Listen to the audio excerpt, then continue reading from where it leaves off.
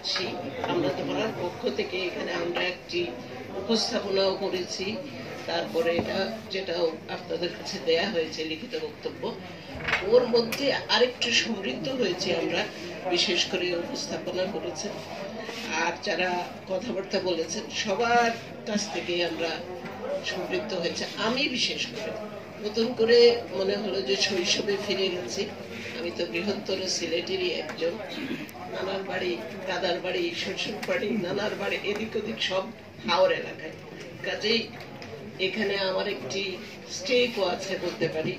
সেই জায়গা থেকে শুরুতে যে কথাটা বলে শুরু করতে চাই, বলতে চাই যেটা আপনাদের সবার কাছে, এবং আমি মনে করি এটাই এখানে যারা আছে সবার পক্ষ থেকে আমরা এই দাবিটা উঠাতে চাই যে ইটনা মিঠামইন সড়ক নিয়ে অনেক কথা হয়েছে, এর শেষ দেখছে। এই ধরনের পুনরাবৃত্তি যেন আর বাংলাদেশে না হয়। সংস্কারের কথা অনেক কিছু বলা হচ্ছে, এই সংস্কারটা প্রয়োজন। ও প্রতিপত্তি, প্রভাব, অর্থবিত্ত খাটিয়ে কেউ যেন বাংলাদেশের মানুষের অধিকার নষ্ট করতে পারে। হাওর এলাকার, পাওয়ার এলাকার সবার এইটার আমরা শেষ দেখতে চাই। আরেকটি যেটা বলা হয়েছে যে এর মধ্যে সমন্বয়ের কথা অনেকগুলো উঠে এসছে।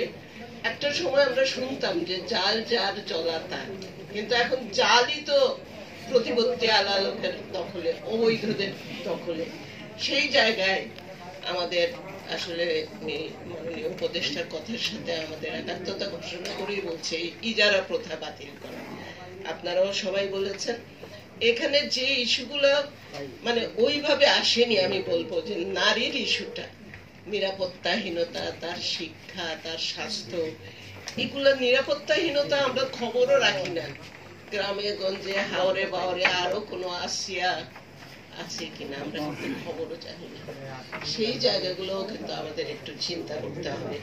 আরেকটি বিষয় খুবই গুরুত্বপূর্ণ একটা কথা উঠে এসছে, আমাদের উপস্থাপক বলেছেন যে যে জলমহাল বলি, এগুলোর একটা ইনভেন্টরি দরকার, একটা হাল নাগাদ দরকার। আপনারা তো কৃষি যারা করছেন বা মৎস্যজীবীদের একটা করছেন, এটা আসলে সেন্সাসের মতো একটা শুমারি হওয়া দরকার, এবং এটা এই ধরনের হওয়া দরকার যেটা আপডেট করা সম্ভব ডিজিটালি। এই ধরনের বিষয়টা খুবই আমাদের দরকার।